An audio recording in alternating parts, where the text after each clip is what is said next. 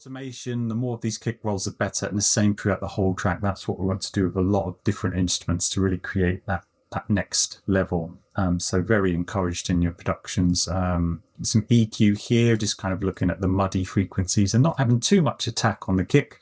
So it's not poking out, it's not sticking out, the kick's kind of sounding quite together. This one had quite a lot of that top end on it. So we just tamed it a bit, and then we've got that muddiness there just to stop them. Moving on to the sub bass. This is from Silent. This is just a sub bass patch that's been made. Very simple, but you'll kind of hear it without the EQ, and then with the EQ, obviously isolating the sub 16 bars, and then we remove that sub to then kind of come into the next section there. If it's just kept straight, that's fine, but just removing it, when the sub comes back into the mix, you really feel it. So there it goes.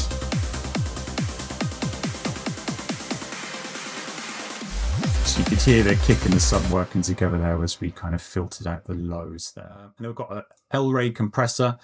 Not 100% necessary. Don't worry if you don't have these plugins. They're not kind of things that you have or you kind of want to have. You could use alternatives. I think in the kick you've got Transient Designer just help punch the kick through the mix, but you can get them quick internet search. You can get them free of charge, free versions.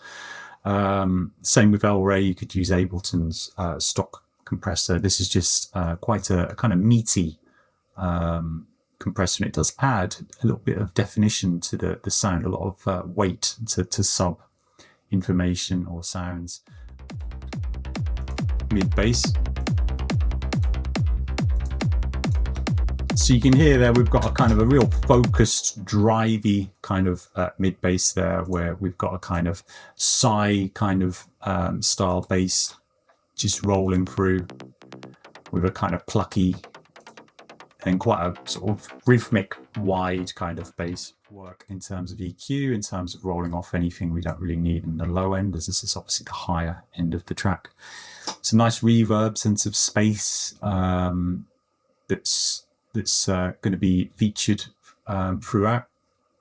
And yeah, you get these kind of harshness frequencies around the sort of 2K-ish area that we've got a little bit of panning going on, like with the percussion there, you can see it's going out a little bit left. We've got panning of the right, a little bit right, just a bit of contrast so everything's not sat in the center. The same with the crash as well, just so everything's not too center based. And here, loads of samples that have just kind of been placed. You could technically maybe put a lot of these on the same channel to save CPU, to save space. I think we like to do it like this just because it's just a bit more organized. You can see what everything is, and if something's got a big volume jump compared to another sample or anything else, then it's easy just to go into the one place and just adjust the volume up, down like that rather than so the next group is Acid. So this is going to add a lot of texture to what we already have. Lots of drive, grit to the tracks. We've got a few things in here.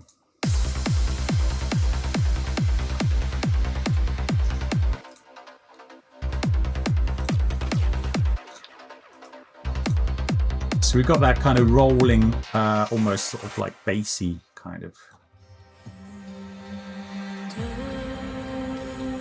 So we've chopped it up.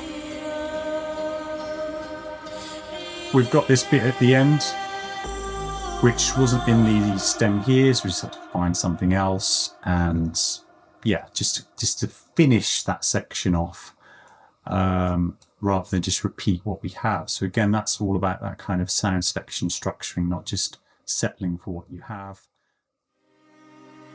We'll hear some really nice strings, processed very similar to the piano, of course.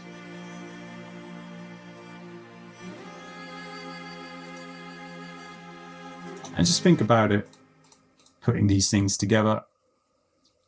If you went to see an orchestra, not everyone's going to be playing in the same space on the stage right in front of you. They're going to be panned crystal clear.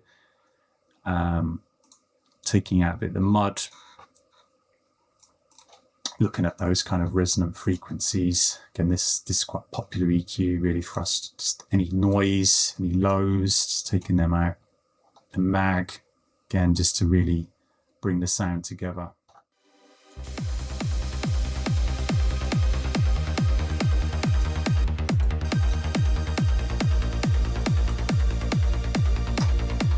You'll hear there, like we haven't got the lead in yet. That's the last thing now coming, is that, you know, we're building the percussion through there. So, you know, we're really taking the track through 2 drops almost. We've got the first drop there, of course, and then the second drop here where we bring everything in and really tie the track together.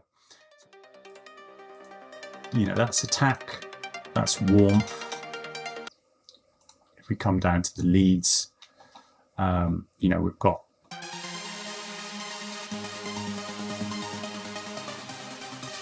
big sounds all working together, but just like we kept the ride in our pocket for the sort of percussion to drive on, you can keep a couple of layers of the lead in the higher octave in your pocket to again create the kind of drama, the kind of payoff, the kind of. Then we've got the higher octaves come in when the vocal comes back.